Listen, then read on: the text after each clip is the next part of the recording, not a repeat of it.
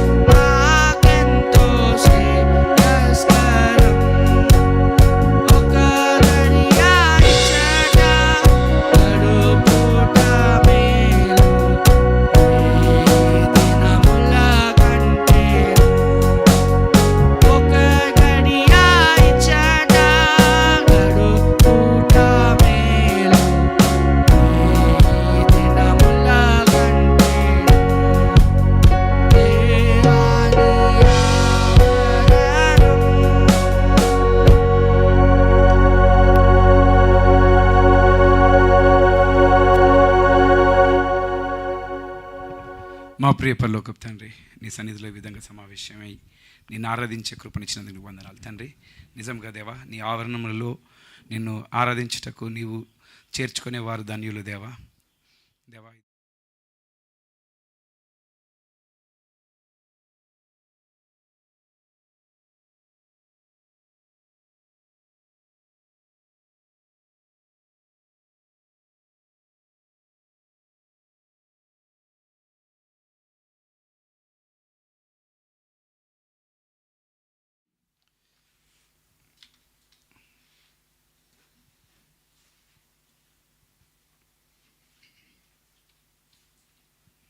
దేవుని నామమునకు మహిమకరం గాక. ఈరోజు మనము పరిశుద్ధాత్మను గురించినటువంటి బోధను మనం చూస్తామండి. దేవుని వాక్యంలో పరిశుద్ధాత్మను గురించి ఏం రాయబడి ఉందో దాన్ని చూస్తాం. దీని థియాలజికల్ టర్మ్స్లో న్యూమటాలజీ అంటారు. న్యూ అంటే న్యూ అనగలుగుతాం కదా, మనము కొత్తదని న్యూ అంటాం కదా. అలాగా PNEUని కూడా న్యూ అంటారు. పీ సైలెంట్ న్యూమటాలజీ అని అంటారు. అంటే న్యూమా అంటే శ్వాస లేకపోతే ఆత్మకు వాడబడినటువంటి వర్డ్. హిబ్రూలో రూఆక్ అంటారు. మరి ఇది గ్రీక్ ఇంకా లాటిన్ వర్డ్ అనుకుంటాను. సో న్యూమటాలజీ అంటే పరిశుద్ధాత్మను గురించినటువంటి బోధ. ఇందులో మనం చూడవలసినటువంటి భాగాలు అన్నీ మనం చూస్తామని నేను చెప్పట్లేదు. చూడవలసినటువంటి అంశంలు ఏమంటే introduction to the Holy Spirit first, దాని తర్వాత డీటీ అండ్ ట్రైయూనిటీ. ఇంట్రడక్షన్ అంటే దాని పరిశుద్ధాత్మను మనకు పరిచయం చేయడము, ఆయన ఏమై ఉన్నాడు, ఎలాంటి వ్యక్తి అనేది చూపిస్తారు. దాంట్లో దైవత్వమును మరి త్రిత్వమును, మరి రక్షణ కార్యములో పరిశుద్ధాత్మని పని, మరి అంతేకాకుండా పరిశుద్ధపరచడం శాంక్టిఫికేషన్లో కూడా ఆయన ఏ విధంగా పరిశుద్ధాత్ముడు, ఆయన పేరే పరిశుద్ధాత్ముడు కాబట్టి పరిశుద్ధతను ఏ విధంగా ఇస్తాడు, సేవ కొరకు ఎలాగ సిద్ధపరుస్తాడు, సృష్టిలో ఆయన ఎలాగ పనిచేశాడు, ఆయన గురించినటువంటి వాక్యములు, మరి ఆయన ప్రవచనాత్మకమైనటువంటి పరిచర్య ఎలా ఉంటుంది అనేటువంటి మాట మనం చూడబోతున్నాం. మరి ఒకసారి చెప్తున్నాను. Introduction to the Holy Spirit, deity, triunity, salvation, sanctification, service, creation, scripture, prophetic ministry. ఫస్ట్ది introduction to the Holy Spirit. ఈరోజు మనం ఆ introduction to the Holy Spirit చూసి దాంట్లో మనము మరి ముందడికి వెళ్ళడానికి మనం ప్రయత్నిస్తాం. ఇందులో కూడా ఓల్డ్ టెస్ట్మెంట్ నుంచి న్యూ టెస్ట్మెంట్ నుంచి పరిశుద్ధాత్మ గురించి ఏ విధంగా పరిచయం చేస్తున్నాడు, ఆయన గురించినటువంటి సత్యాలు, ఆయన పేరు, బిరుదులు, మరి ఆయన గురించి ఎలాంటి పొట్రేయలు ఉన్నది, ఎలాగ చిత్రీకరిస్తుంది వాక్యం, మరి ఆయన క్రీస్తుకి ఎలాగ పరిచర్య చేస్తున్నాడు, ఆయన ఏ ఏ సేవలు అందిస్తాడు, ఎలాంటి పరిచర్య చేస్తాడు, మరి పరిశుద్ధాత్మకు విరుద్ధం మనం చేయకుండా ఉండాలి అనేటి మనం ఈరోజు నేర్చుకుంటాం. పాత నిబంధన గ్రంథంలో మనం గమనించినట్లయితే రూఆక్ అనే మాట 378 సార్లు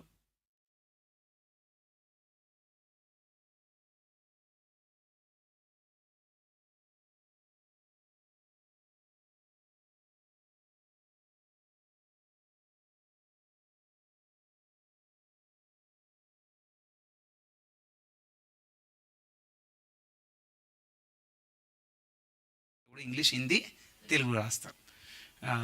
సో ఇంగ్లీష్, హిందీ, తెలుగు రాస్తారు కాబట్టి అంటే 3 లాంగ్వేజ్లు ఉంటాయి. అదేవిధంగా అంటే ఇంగ్లీష్ ఏమో ఇంటర్నేషనల్ లాంగ్వేజ్, తెలుగు ఏమో లోకల్ లాంగ్వేజ్, మరి హిందీ నేషనల్ లాంగ్వేజ్ అని అంటారు. నేషనల్ లాంగ్వేజ్ అనేది ఏం లేదు, అది అఫీషియల్ లాంగ్వేజ్. ఈ మార్కెట్ లాంగ్వేజ్గా మనం చెప్పవచ్చు.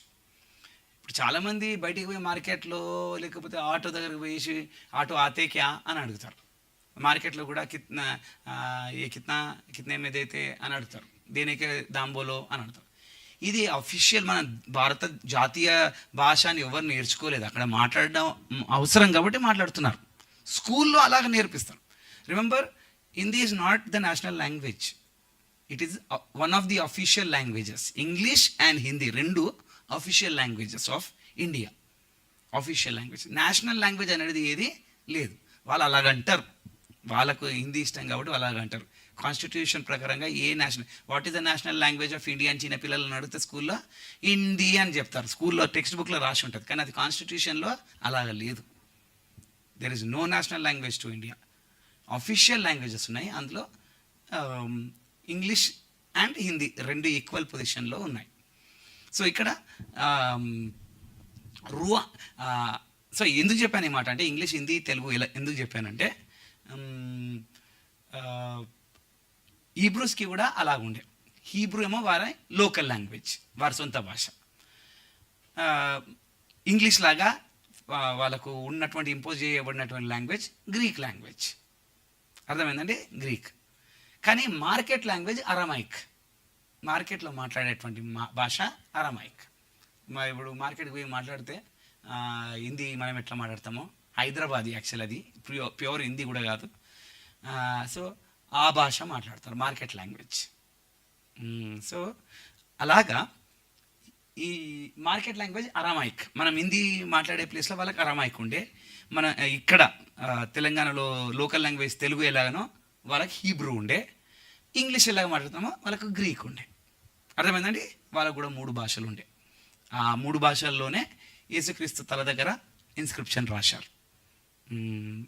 అయితే ఈ రువాక్ అనే, ఇప్పుడు మనం హీబ్రూ గురించి మాట్లాడతాం. హీబ్రూ ఏంది ఒరిజినల్గా వారి లాంగ్వేజ్, ఇంకా ఓల్డ్ టెస్ట్మెంట్ అదే లాంగ్వేజ్లో 378 టైమ్స్ ఓల్డ్ టెస్ట్మెంట్లో ఉన్నది. అరామైక్ 11 టైమ్స్ ఉన్నది. So 389 times total. కానీ ఫస్ట్ అది స్పిరిట్ అనే మాట వస్తుంది. అది మొదటి సమయాలు 16వ అధ్యాయము చూస్తే స్పిరిట్ అని ఉంది. దాని తర్వాత చూస్తే గాలి, విండ్ అనేటువంటి మాట కూడా చూస్తాం. అది నిర్గమకాండం 10వ అధ్యాయంలో 13వ వచనంలో రూవాక్ అనే వర్డ్ని విండ్ అని ట్రాన్స్లేట్ చేయడం జరిగింది.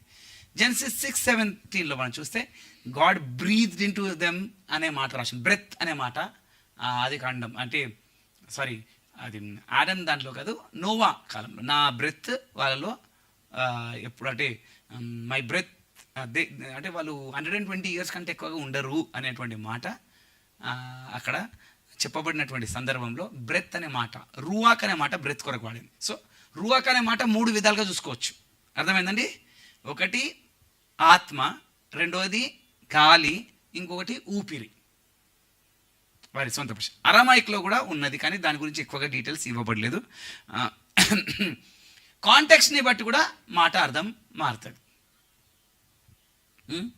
నాకు అక్కడ రన్నింగ్ చేయగానే బాగా రూవాక్ ఫాస్ట్గా ఆడింది అని అంటే ఆ రూవాక్ అనే మాటని ఎట్లా ట్రాన్స్లేట్ చేయాలి? ఊపిరి. మనం ఊపిరి, గాలి, ఇంకా ఆత్మ గురించి మాట్లాడినప్పుడు గుండె రాదు కదా, ఊపిరి బాగా ఆడింది అని చెప్తాం. అది బయటికి వెళ్ళి అబ్బా ఇక్కడ చాలా రూవాక్ ఉన్నది అని అంటే అర్థమైంది గాలి ఉన్నది అని అర్థం. గాలి, అరే నేను ఇట్లా ప్రార్థిస్తుంటే ఇక్కడ రూహాక్ ఉన్నట్టుగా అనిపిస్తున్నది అంటే ఆత్మ అని అర్థం. సో కాంటెక్స్ట్ బట్టి చెప్పిన మాటను బట్టి మనకు అర్థమైపోతుంది రూహాక్ దేని గురించి మాట్లాడుతున్నారు. సో ఇలాగా కాంటెక్స్ట్ని బట్టి అది మీకు కూడా అర్థమైంది. ఇప్పుడు చూడండి ఆ విధంగా. సో 3వ వచనంలో ఉంది స్పిరిట్ ఆఫ్ మ్యాన్ అని యోబ్ గ్రంథం 10:12లో ఉంది. యాటిట్యూడ్ గురించి ప్రావర్బ్స్ 16:18లో రాసింది. మరి ఇమ్మెటీరియల్ పార్ట్ ఆఫ్ మ్యాన్ అని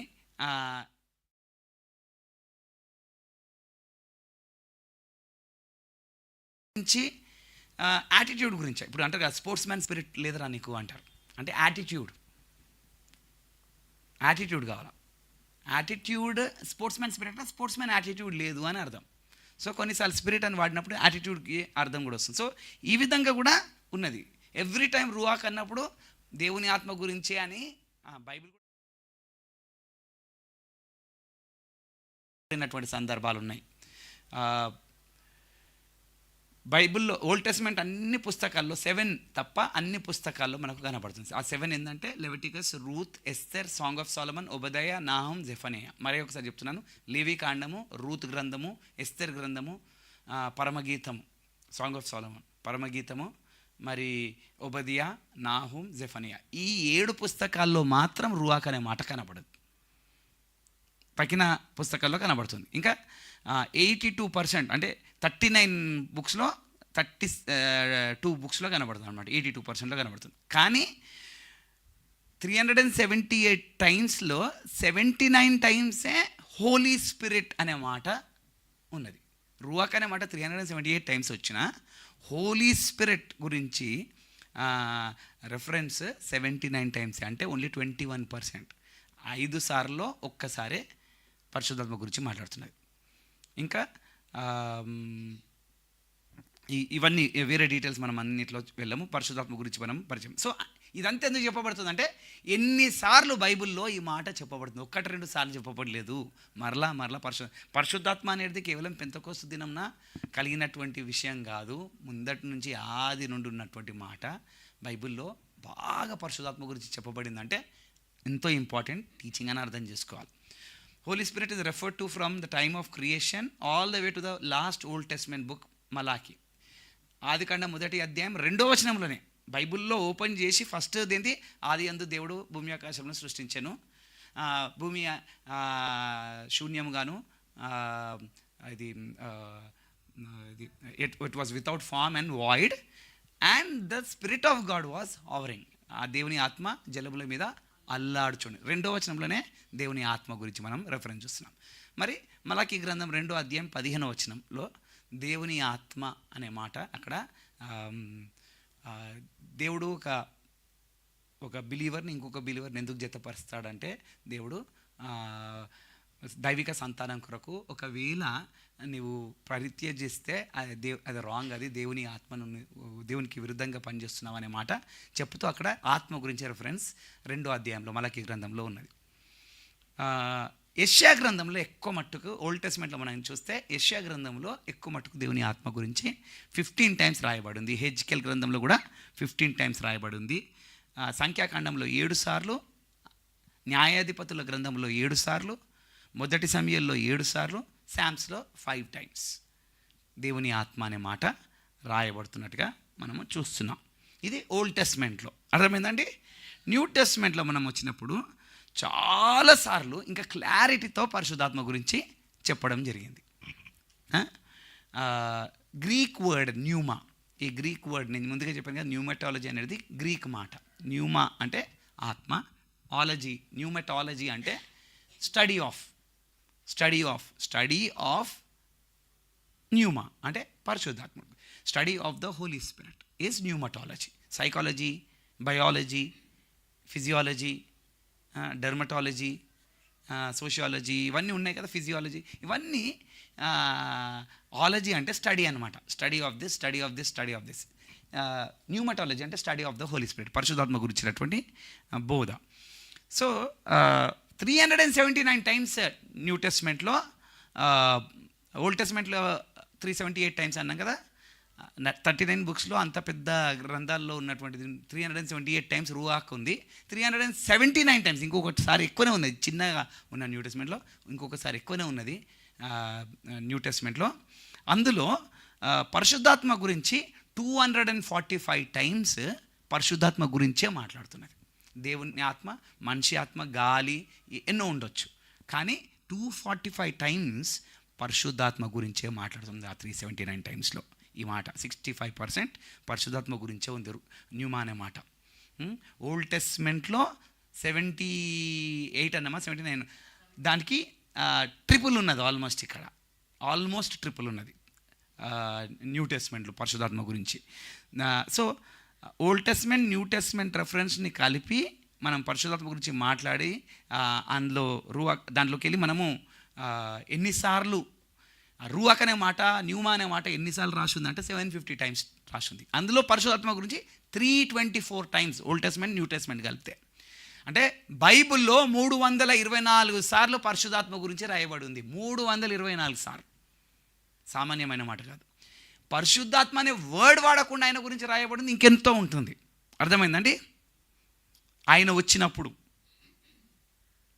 అలాగా కొన్ని మాటలు ఉంటాయి, కంఫర్టర్ అని, ఇలాగా ఎన్నోసార్లు ఆయన గురించి రెఫరెన్స్ ఉన్నది. అది ఇక్కడ వాడబడలేదు. డైరెక్ట్గా పరిశుద్ధాత్మ అనే మాట 324 సార్లు రాయబడి ఉన్నది. సో ఇంపార్టెంట్ టీచింగ్ అనమాట. Pneuma appears in 25 new testament books. 2 యోహాను 3 యోహాను తప్ప అంతటా మనము న్యూమా అనే వర్డ్ అన్ని పుస్తకాలు చూస్తాం. 2 యోహాను 3 యోహాను ఈ పత్రికలు, ఈ 2 పత్రికలు వదిలేస్తే తక్కిన 25 బుక్స్లో న్యూమా అనే వర్డ్ ఉంది. అందులో Philemon, James, 2nd and 3rd జాన్ని పక్కకు పెట్టేస్తే ఆ న్యూమా అనే వర్డ్ పరిశుద్ధాత్మ గురించే మాట్లాడుతున్నది వేరే బుక్స్లో అన్నిట్లో. అర్థమైందండి?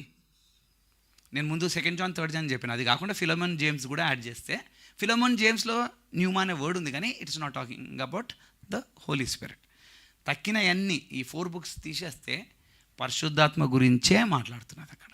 ఆ మాట మనం చూస్తున్నాం. సో ప్రభు అనే మాట కూడా కొన్నిసార్లు పరిశుద్ధాత్మ గురించి చెప్పబడింది. ఓల్డ్ టెస్ట్మెంట్లో యెహోవా అనే మాట కూడా పరిశుద్ధాత్మ గురించి చెప్పబడింది. అవి కౌంట్ అవుతలేవు. డైరెక్ట్గా హోలీ స్పిరిట్ అని చెప్పిన మాటనే కౌంట్ చేస్తూ 324 రెఫరెన్సెస్ ఉన్నాయి. ఇంకా ఆయన గురించి టీచింగ్ చేసుకుంటా ఆయన పేరు Holy Spirit. When the Holy Spirit comes he will convict. He అనే మాట వాడబడలేదు. He will convict the world of sin, righteousness. ఈ వర్సెస్ అన్నీ ఆయన గురించి రాయబడి ఉన్నాయి. కానీ మనం ఉట్టి ఆ వర్స్లో హోలీ స్పిరిట్ అనే వర్డ్ ఉన్న దగ్గరనే మనం చూస్తాం. అది కాకుండా దాని తర్వాత ఉన్నటువంటి వర్సెస్ అన్నీ ఆయన గురించి మాట్లాడుతున్నాయి. ప్రాఫెసీ గురించి మాట్లాడినప్పుడు, గిఫ్ట్స్ గురించి మాట్లాడినప్పుడు, ఫ్రూట్ గురించి మాట్లాడినప్పుడు, ఇవన్నీ మనం గమనించినప్పుడు, క్రమంగా నడుచుకుంటాం ఆత్మలో నడిచినప్పుడు మనం శరీరేచ్ఛలను నెరవేర్చాం అని తక్కిన టీచింగ్ అంతట్లో హోలీ స్పిరిట్ అనే వర్డ్ ఉంటుంది. కానీ it's talking about the holy. ఆ వర్సెస్ అన్నీ తీసుకోనట్లేదు. సో ఎంతో టీచింగ్ ఉంది దీనికంటే ఎక్కువ, గుర్తుపెట్టుకోవాలి. So the Holy Spirit appears throughout the New Testament from Matthew 1:18 to revolution. మత్తయి సువార్త 1వ అధ్యాయంలోనే ఉన్నాడు. ప్రకటన గ్రంథం 21st చాప్టర్ 10th వర్స్లో ఉన్నాడు. So Holy Spirit is mention most frequently in Acts. అపోస్తల కార్యం పుస్తకంలో 56 సార్లు పరిశుద్ధాత్మ గురించి మెన్షన్ ఉన్నది. రోమీలకు రాసిన పత్రికలో 28 సార్లు, కొరింథీలకు రాసిన మొదటి పత్రికలో 22 సార్లు రాయబడి ఉంది. ఇంకా పరిశుద్ధాత్మ గురించి మాట్లాడుతున్నప్పుడు ఏ టాపిక్ గురించి మాట్లాడుతున్నది అంటే ఎక్కువ మటుకు పరిశుద్ధాత్ముడు దేవుడిచ్చిన వరము అని చెప్పడానికి ఆ టీచింగ్ ఎక్కువగా ఉన్నది బైబిల్లో. Holy Spirit is a gift from God to every believer. అంటే దాంతో మనకి ఏమర్థమవుతుంది? ప్రతి విశ్వాసి పరిశుద్ధాత్మను పొందుకోవాలి. ప్రతి విశ్వాసి, దేవా నన్ను నీ ఆత్మచేత నింపు. మనం శరీరంలో బ్రతికి శరీరానుసారమైన పనులు చేస్తున్నప్పుడు ఆత్మచేత, ఎవరైనా ఆత్మచేత నింపబడకుండా ఉన్నవారిని గమనించండి, వారి శరీరానికి చాలా ఇంపార్టెన్స్ ఇస్తారు. భక్తిగా కనబడతారు, అది చెప్తారు ఇది చెప్తారు, కానీ శరీరంను వదిలిపెట్టారు. శరీరానుసారమైన క్రియలను వదిలిపెట్టారు. శరీరానికి సుఖము, కంటికి చాలా నచ్చింది ఏంది, చెవులకి నచ్చింది వినాలా, అది వినకుంటే నేను ఉండలేను, అది చూడకుండా నేను ఉండలేను, అది తినకుండా నేను ఉండలేను, నేను అక్కడ నిద్ర వచ్చినప్పుడు పడుకోకుండా ఉండలేను, ఈ ఉపవాసం నా వల్ల కాదు, ఈ ఆన్లైన్ ప్రేయర్ నా వల్ల కాదు. ఆన్లైన్ ప్రేయర్ లేదండి. ఉపవాసం అంటే ఏంది? ఈ రోజులలో ఏమైపోయింది? బ్రేక్ఫాస్ట్ చేయకపోవడం ఉపవాసం. అదొక ఉపవాసమా? ప్రతి ఒక్కరు ఈవినింగ్ వరకన్నా చేయాలి. నెక్స్ట్ డే మార్నింగ్ కాదు కదా, ఈవినింగ్ వరకు కూడా చేస్తలేరు. నెక్స్ట్ డే మార్నింగ్ కాదు, ఈవినింగ్ వరకు కూడా. ఈవినింగ్ అంటే కూడా మరి 3 o'clock ఈవినింగ్ అంటారు. 3 o'clock ఆఫ్టర్నూన్ అండి, ఈవినింగ్ కాదు. ఈవినింగ్ అంటే 6 తర్వాత. ఈరోజు ఫాస్టింగ్ అంటే నెక్స్ట్ డే మార్నింగే తినాలి. 1 o'clock ఉంటుంది, 12:30కి వచ్చి ఫాస్టింగ్ పీరియడ్లో కూర్చొని 1 o'clock బ్రేక్ చేసేస్తారు. ఏం చేయలేదు. మళ్ళీ వాళ్ళలో కూర్చొని ముచ్చట్లన్నా పెడతారు. అందరు ప్రేయర్ చేస్తుంటే సైలెంట్గా ఏదో ఆలోచించుకుంటే ఇట్లా కాలం. అది ఫాస్టింగ్ పీరియడ్ ఎట్లా అవుతుంది? ఎండ్ అయ్యే టైంకి వచ్చేసి ఫాస్టింగ్ ప్రేయర్ కాదు. ప్రేయర్ లేదు, ఫాస్టింగ్ లేదు. ఎవ్రీడే ఏ టైంకి తింటారు అదే టైంకి, వేరే రోజు ఎప్పుడు తింటారు అదే టైంకి తింటారు. 11:30, 12 గంటలకే తింటారు. ఫాస్టింగ్ ప్రేయర్ రోజు 1 గంట లేట్, గంట సేపా ఫాస్ట్ ఆకలి ఆపుకోవడం. ఎప్పుడైనా నీకు బాగా పని ఉంటే ఆ రోజు కూడా అట్లా 1 గంటగానే తింటుండొచ్చు. ఎప్పుడైనా తినబుద్ధి కాకుండా మెల్లగా తింటుండొచ్చు. అది ఫాస్టింగ్ ప్రేయర్ కిందకి కౌంట్ కాదు. ఫాస్టింగ్ ప్రేయర్ అంటే భారంతో ప్రార్థన జీవితం కష్టమైనప్పుడు ఉపవాస ప్రార్థన ఎక్కడ ఉంటుంది? సో శరీరానికి మనం ఎంత బానిసలు అయిపోయినప్పుడు అది కాదు. ఇంకొకటి తెలుసా, రోజు ప్రేయర్ చేసుకుంటూ కనబడుకుంటూ ఉన్న వాళ్ళు ఉంటారు, అంత ప్రేయర్ చేయనట్టుగా కనబడుతున్న వాళ్ళు ఉంటారు. వీళ్ళు ఎక్కువ ప్రేయర్ చేస్తారా, వీళ్ళు ఎక్కువ ప్రేయర్ చేస్తారా, అది అక్కడ తెలుస్తుంది. దేవుని మీద ఆధారపడిన జీవితం వేరే, దేవుని మీద ఆధారపడిన జీవితం వేరే. దేవుడు ఒక సేవకునిగా ఒకరిని ఎన్నుకున్నాడంటే ఆయనలో ఆ గుణం పెడతాడు దేవుడు. వాక్యం పట్ల కానీ, ప్రార్థన పట్ల కానీ, ఆరాధన పట్ల కానీ, పరిశుద్ధత పట్ల కానీ చాలా అందరికీ లేనంత ఆశ ఆయనకు పెడతాడు. బలహీనతలు లేవని కాదు, బలహీనతలు కూడా ఉంటాయి. దేవుడు అస్సలు బలహీనతలు లేకుండా చేయగలుగుతాడు. కానీ మనుషులను అర్థం చేసుకోవడం, మరి దేవుని మీద ఆధారపడడం, వ్యక్తిగతమైన ప్రార్థన కొరకు దేవుని మీద ఆధారపడే జీవితం కావాలి. దేవుడు చేయగలుగుతాడు, పర్ఫెక్ట్గా చేయగలుగుతాడు ఒక సెవెంట్ అవ కానీ అలాగే చేస్తే గర్వం రావచ్చు, దేవుని అవసరత అర్థం కాకపోవచ్చు.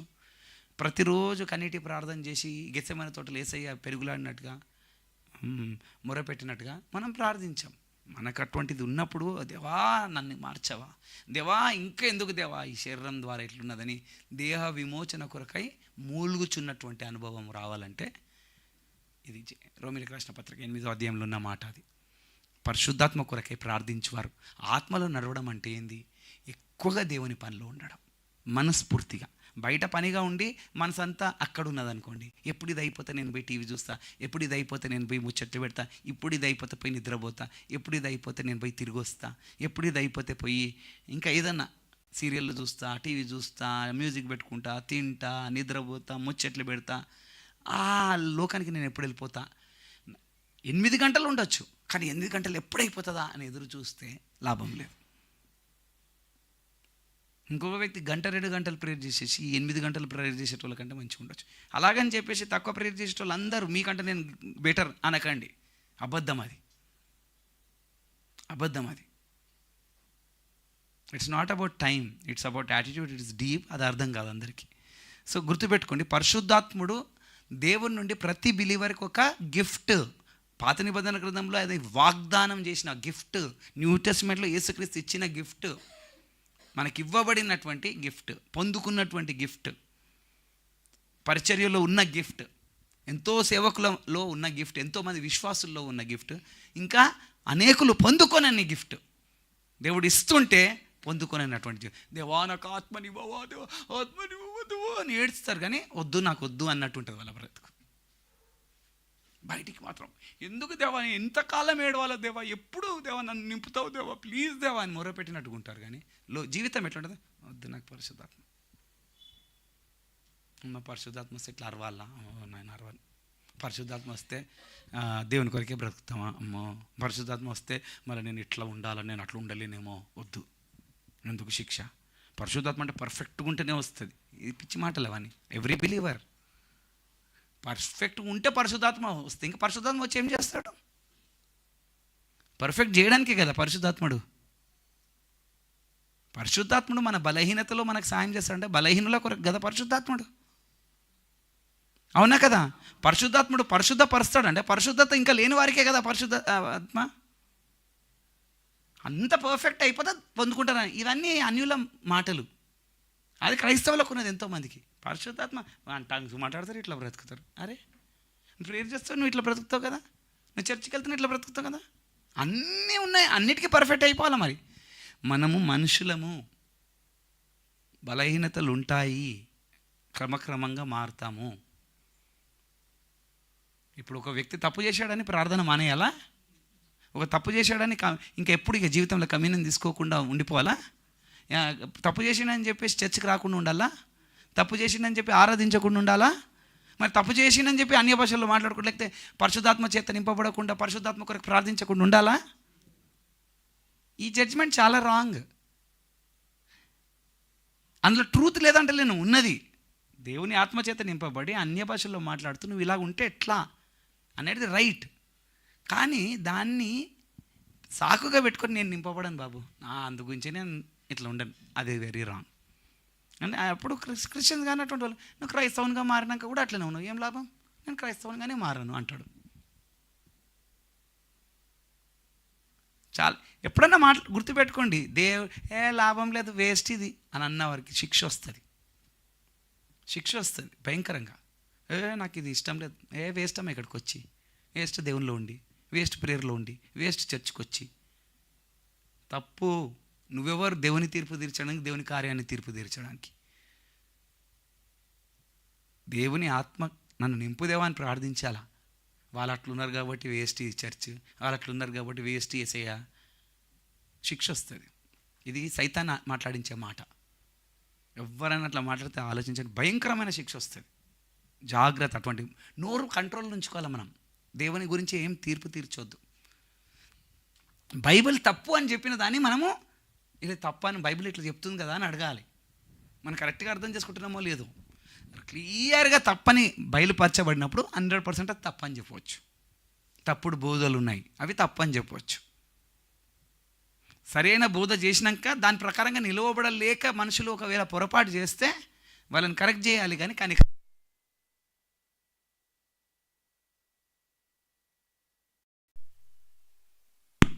అయితే తప్పు అనేది సరిదిద్దొచ్చు. కానీ తీర్పు ఎక్కడ అంటే వాక్యానికి విరుద్ధంగా వెళ్ళినప్పుడు అది రాంగ్ అని చెప్పవచ్చు, కంప్లీట్గా వాక్యానికి విరుద్ధంగా. కానీ ఈ పొరపాట్లు అవన్నీ అందరిలో ఉంటాయి, వాటిని మనం చేయొద్దు. పొరపాటుని ఎంజాయ్ చేస్తున్నాడు అనుకో, ఆయన పొరపాటు ఎంజాయ్ చేసుకుంటూ అలాగనే బ్రతుకుతా, నేను ఏం తప్పు కాదు అని, అప్పుడు ఘోరం, అది ఘోరం. వాక్యానికి విరుద్ధమైనది అని ఒప్పుకోవాలి. వాక్యానిలో విరుద్ధంగా ఇప్పుడు ఒక బిలీవర్ ఏదైనా పొరపాటు చేస్తే పాస్టర్ కరెక్ట్ చేసిండు అనుకోండి, అయ్యా పాస్టర్ ఏంది ఇట్లా తిట్టిండు అంటే తిట్టాలా? అయ్యా మెల్లగా మారుతాడులే పాస్టర్. మారడం ఏముంది అక్కడ? పాస్టర్ మారుతూనే లేడు, మమ్మల్ని మారమంటాడు, ఆయన మారుతూనే లేడు. ఆయన మారేది ఏం లేదు అక్కడ. ఒక టీచర్ స్టూడెంట్స్ని తిట్టి చక్కగామనంటే టీచర్ మారాలా? ఒక తండ్రి పిల్లలను సిగరెట్ తాగొద్దని కొడితే తండ్రి మారాలా? ముందు బాగా కొడుతుండే ఈ తండ్రి, ఇప్పుడు మారిపోయాడు, ప్రేమగా మాట్లాడుతున్నాడు.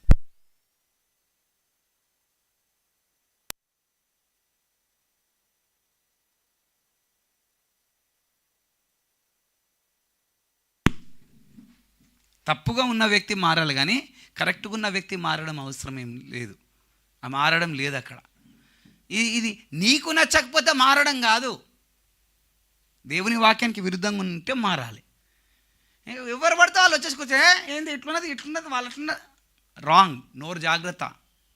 అందుగురించే పరిశుద్ధాత్ముడు వచ్చినప్పుడు అగ్ని నాలుకలు అంటే మన నాలుకను కాల్చినటువంటి, నిజంగా మంట పెట్టి కాల్చడం కాదు, ఆత్మలో కాల్చి పరిశుద్ధ. పిచ్చి పిచ్చి మాటలు మాట్లాడే వాళ్ళు ఉంటారు చాలామంది, వాళ్ళందరి నాలుకలు శుద్ధీకరించడం అన్నమాట. ఎక్కువ మాట్లాడొద్దు, దేవుడు ప్రేరేపించింది మాట్లాడాలి, ఆలోచించి మాట్లాడాలి, సరైనదే మాట్లాడాలి. ఈ మాట మనం గమనించాలి. ఈ మాట మనం పరిశుద్ధాత్ముడు 320 సార్లు కంటే ఎక్కువగా ఉన్నాడు న్యూ టెస్ట్మెంట్లో మనం చూసాం కదా. అయితే పరిశుద్ధాత్ముడు ఏమై ఉన్నాడు? పరిశుద్ధాత్ముడు అంటే ఒక శక్తి అనుకుంటారు చాలామంది. మేము ఒక మీటింగ్కి పోయినప్పుడు అక్కడ చెప్తున్నాడు, Holy Spirit is not a person, is a power అని చెప్పాడు. అంటే పరిశుద్ధాత్ముడు ఒక శక్తి అని. ఈ శక్తి అనే కాన్సెప్ట్ వేరే మతాల్లో, ఎన్నో మతాల్లో ఉన్నది, మన ఇండియాలో ఉన్న మతాల్లో కూడా ఉన్నది. శక్తి పరాశక్తి అని విన్నారా మాటలు? ఇవన్నీ అక్కడ ఉంటాయి, క్రైస్తవత్వంలో లేవు. శక్తి మఠం ఇలాంటివన్నీ క్రైస్తవత్వంలో కాదు. దేవుడు శక్తి గలవాడు, కానీ దేవుడు శక్తి కాదు. దేవుడు ఒక వ్యక్తి. అర్థమైందండి? దేవునిలో శక్తి ఉంది, నో డౌట్, కానీ దేవుడు శక్తి కాదు. దేవుడు ఒక వ్యక్తి, ఆయనలో శక్తి ఉంది. అర్థమైందా? ఆయనలో పవర్ ఉంది, కానీ ఆయన ఆల్ పవర్, అంత సమస్తమైన బలము, మహిమ, అధికారం అంతా ఆయనలో ఉన్నది. కానీ ఆయన ఒక వ్యక్తి. అర్థమైందండి? ఎంతోమంది దేవుడు ఒక శక్తి అనుకుంటారు, అంటే ఆయనకు ఒక ఇమోషన్స్, ఫీలింగ్స్ ఉండయి, ఆయనకు ఒక పర్సనాలిటీ లేదు. ఆయనకు ఒక పర్సనాలిటీ అంటే హైట్ పర్సనాలిటీ కాదు. చాలామంది ఏమనుకుంటారు, ఇట్లా పోతుంటారు, ఏం పర్సనాలిటీ ఉన్నది రా భయ్ నాకు, చూడాయన ఎంత పర్సనాలిటీ కళ్ళకు కనబడదు. అర్థమైందా? టాల్ అనేది పర్సనాలిటీ కాదు.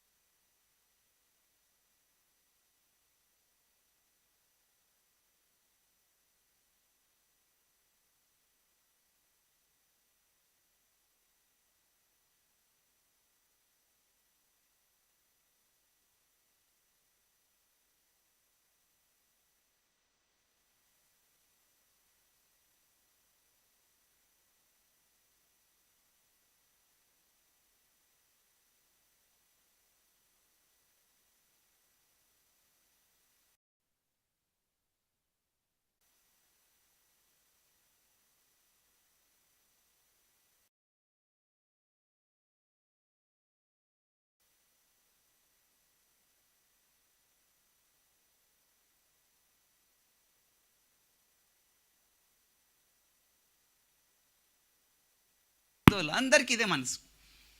అర్థం కాలేదు కదా, పక్క పెట్టేసి ఇంకేదన్నా ఆలోచిస్తా, ఇంకేదన్నా చదువుకుంటా బైబిల్లో.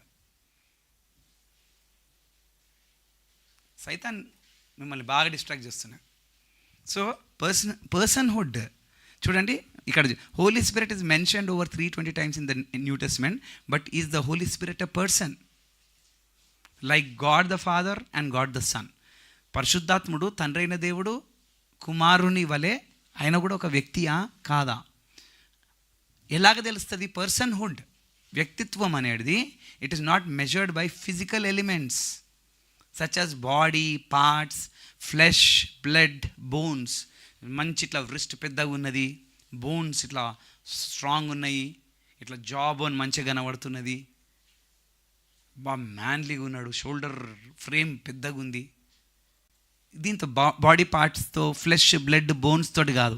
It is determined by position of basically 3. ఎన్నో ఉన్నాయి కానీ వాటిని మొత్తం కలిపి మనం 3 గ్రూప్స్లో పెట్టవచ్చు. 3 బేసిక్ క్యారెక్టరిస్టిక్స్. పర్సనాలిటీ అంటే ఏంటంటే ఫస్ట్ కాగ్నిషన్ ఆర్ ఇంటెలెక్ట్.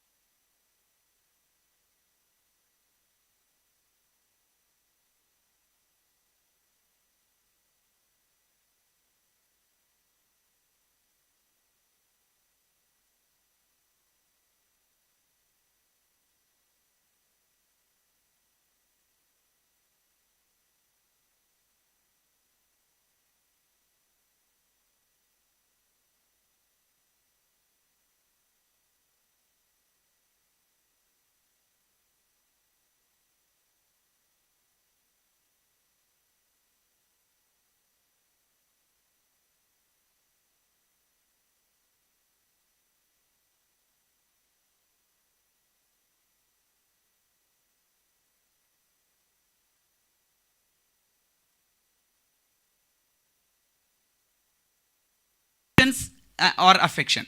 3 ఏంది? తెలివి, చిత్తం, ఇంకా భావోద్రేకాలు లేదా భావాలు. తెలివి, ఇప్పుడు ఫర్ ఎగ్జాంపుల్ ఒక వ్యక్తి లేదు అది చేయొద్దు, మనం అట్లా చేస్తే అవుతుందని డిసిషన్ తీసుకుంటారు. అర్థమైందండి? ఏం చేస్తాం, ఏ కాలేజ్లో జాయిన్ అవుతాం అంటే ఈ కాలేజ్లో జాయిన్ అవుతాను అని నిర్ణయించుకుంటారు. నిర్ణయించుకొని చేయడానికి తెలివి కావాలి. తెలివి కలిగిన వాడు వ్యక్తి. అర్థమైందంటే ఇప్పుడు కంప్యూటర్లకు తెలివి ఇస్తున్నారు, మనిషి పెట్టినందుకు దానికి తెలివి, లేకపోతే దానికి తెలివి ఎక్కడికి వెళ్ళి వస్తుంది? ఏఐ కానీ ఏదైనా కానీ మనిషి ప్రోగ్రామ్ చేసింది కాబట్టి దానికి వస్తుంది. ఎంత డెవలప్ అయినా అది తెలివి మనిషి పెట్టిందే. కానీ తెలివి మనుషుల్లో దేవుడు పెట్టాడు. పెట్టిన దేవునిలో తెలివి ఉన్నది. ప్రభుత్వ నిద్ర బెడ్ ఇయ్యాలా, పడక మెత్త ఇయ్యాలా? భయపడాలి ప్రభుదాస్. నువ్వు చాలా లేట్ వస్తావు, బలవంతంగా వస్తావు, ఫ్యామిలీ మొత్తం రాదు, నువ్వు ఒక్కని ఇప్పుడు పోకపోతే ఏమవుతుంది అన్నట్టుకు వస్తున్నావు. మమ్మీ రాదు, వైఫ్ రాదు, ఇంట్లో ఉన్నా కూడా రారు, డెలివరీ కాదు వేరే టైంలో కూడా రారు, నువ్వు ఒక్కనివే వస్తున్నావు. దేవుడు ఏం చేస్తాడు? ఇల్లు తీసుకుపోయి వేరే దగ్గర పెడతాడు. దగ్గరుండి లాభం లేదు. మీరు ఏం లాభం?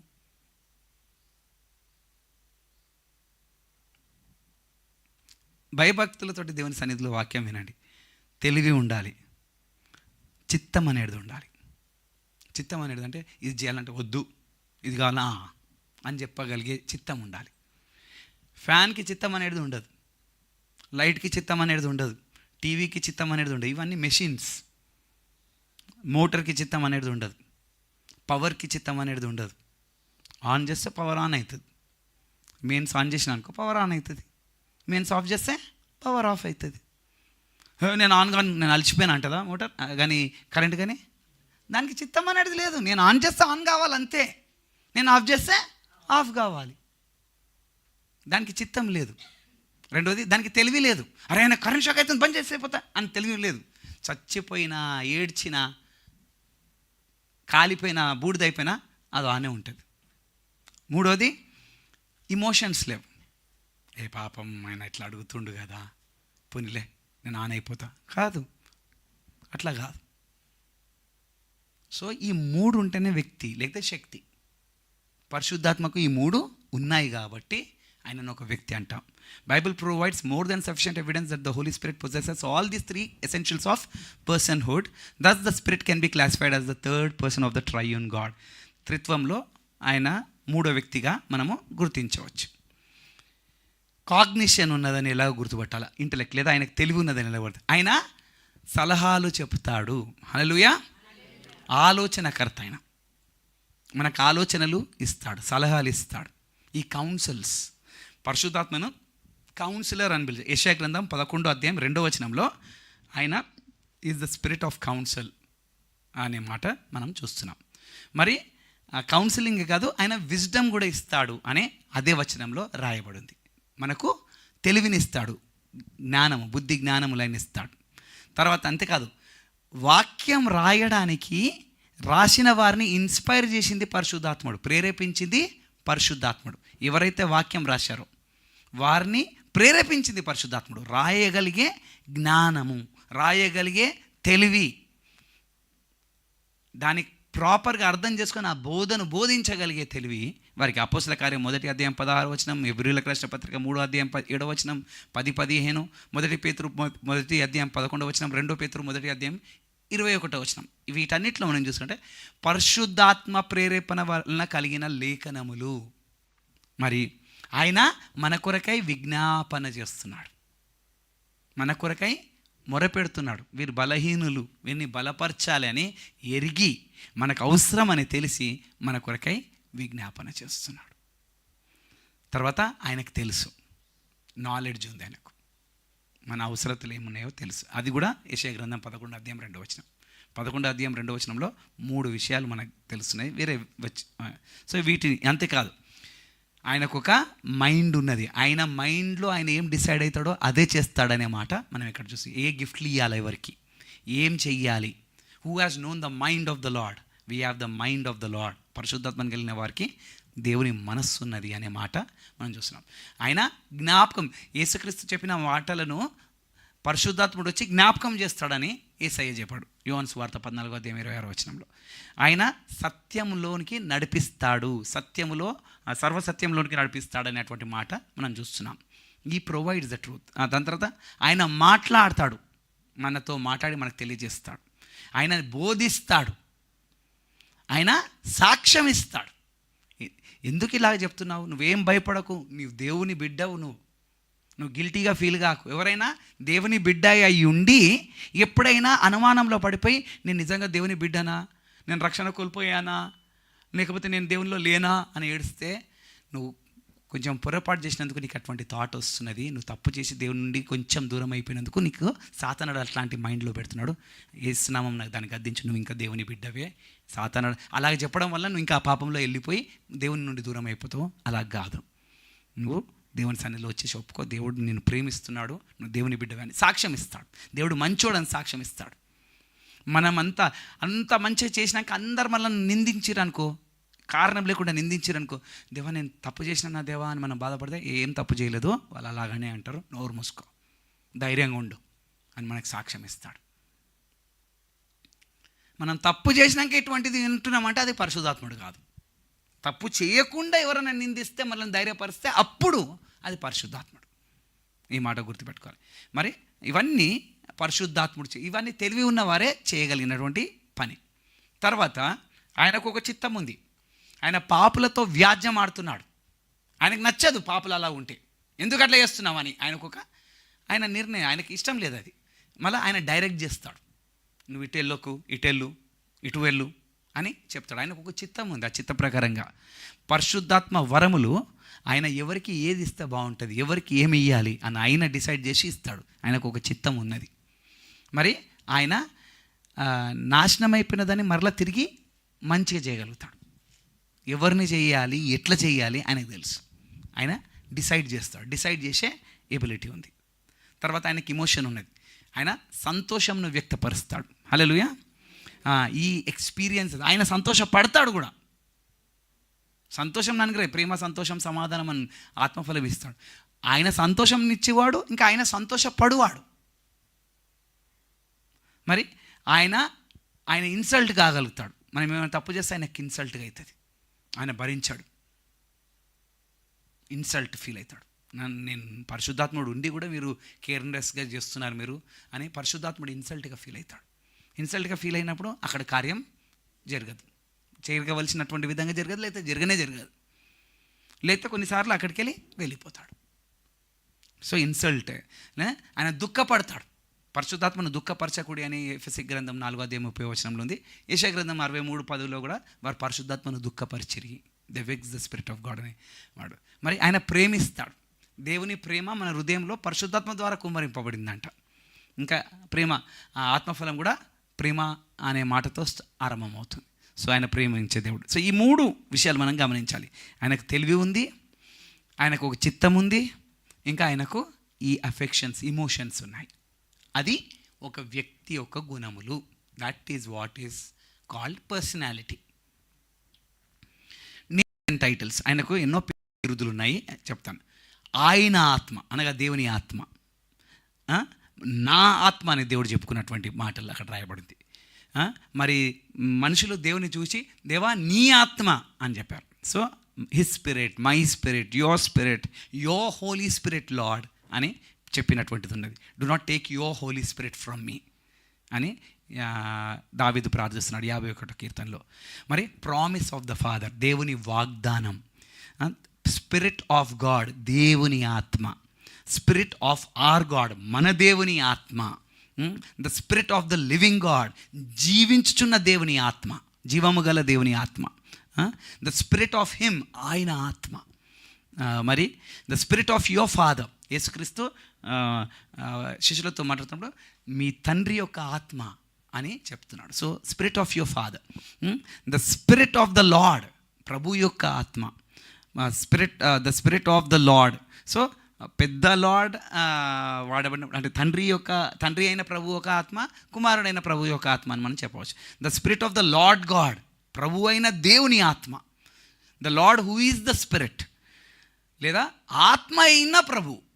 ఏ ప్రభు అయితే ఆత్మ అయి ఉన్నాడో ఆయన అని చెప్పబడుతుంది. ఇలాంటి మాటలని spirit of Jesus, spirit of Christ, spirit of Jesus Christ, the spirit of the lord, the spirit of his son అనే మాటలన్నీ వాడబడు. సో ఈ ఫస్ట్ దాంట్లో మనం చదివినాం కదా, his spirit, my spirit, your spirit, your spirit, spirit of the Lord God, spirit the Lord who is the spirit. ఇవన్నీ తండ్రితో connected titles అన్నమాట.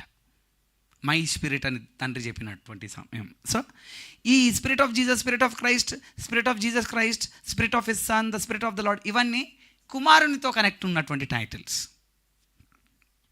డైరెక్ట్గా పరిశుద్ధాత్మ గురించి మాట్లాడిన టైటిల్స్ ఏంటంటే ద స్పిరిట్, ది ఇటర్నల్, నిత్యమైన ఆత్మ, ఆత్మ, మంచి ఆత్మ, పరిశుద్ధాత్మ, ఒకే ఆత్మ.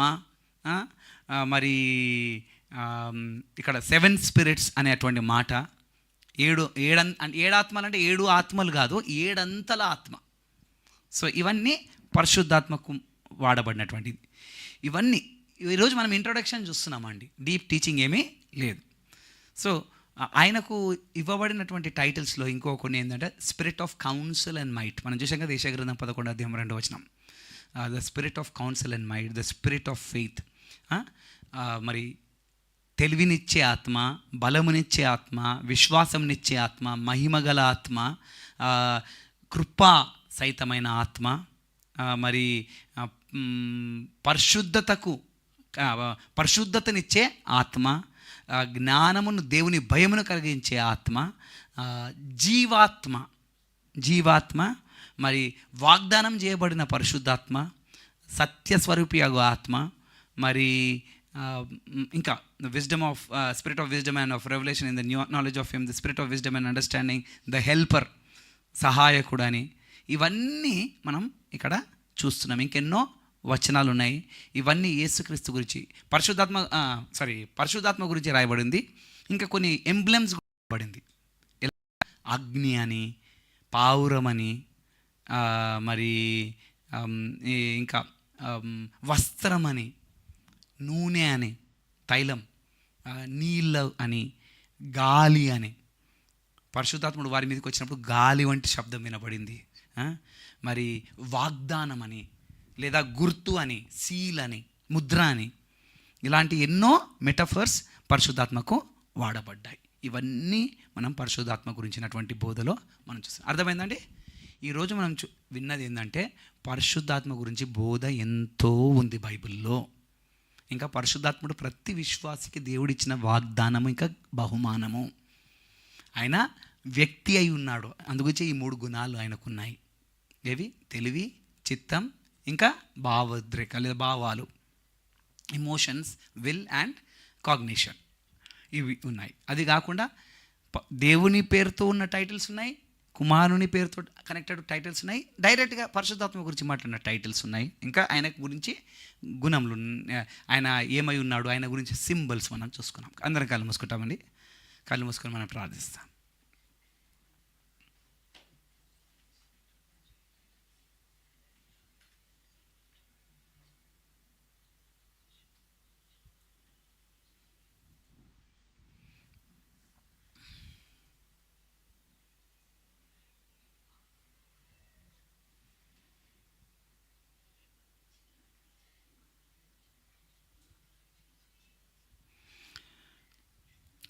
మా ప్రియ పరలోకపు తండ్రి, విన్న వాక్యానుసారంగా మేము నడుచుకున్న కృపను అనుగ్రహించి, విన్న వాక్యాన్ని అర్థం చేసుకొని జ్ఞాపకం ఉంచుకునే మనసు మాకు అనుగ్రహించి, పరిశుద్ధాత్ముడు వాక్యంలో ఎంతో, పరిశుద్ధాత్మ గురించిన బోధ ఎంతో ఇంపార్టెంట్ బోధ.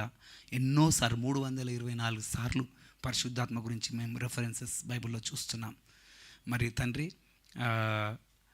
అనాది నుండి ఉన్నవాడు, వ్యక్తిత్వం ఉన్నవాడు, దైవత్వం ఉన్నవాడు అనే వాక్యం ద్వారా చూస్తున్నాం రాజా.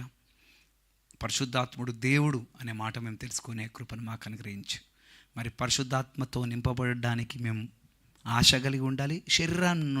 శరీరాన్ని అనుసరించి నడిచిన వారు ఆత్మానుసారంగా నడవలేరు అని మేము తెలుసుకునే కృపను మాకు అందరికీ అనుగ్రహించు.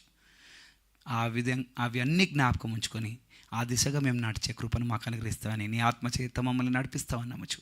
సత్యం యొక్క సంపూర్ణతలోనికి, ఆత్మ యొక్క సంపూర్ణతలోనికి మమ్మల్ని నడిపిస్తామని నమ్మచ్చు. నీ పాదాల యొద్ద మా జీవితాలను సమర్పించి, మా ప్రియుడును రక్షకుడును త్వరలో రానైనటువంటి రారాజైన యేసుక్రీస్తు పరిశుద్ధ నామమున అడిగి వేడుకుంటున్నాం తండ్రి.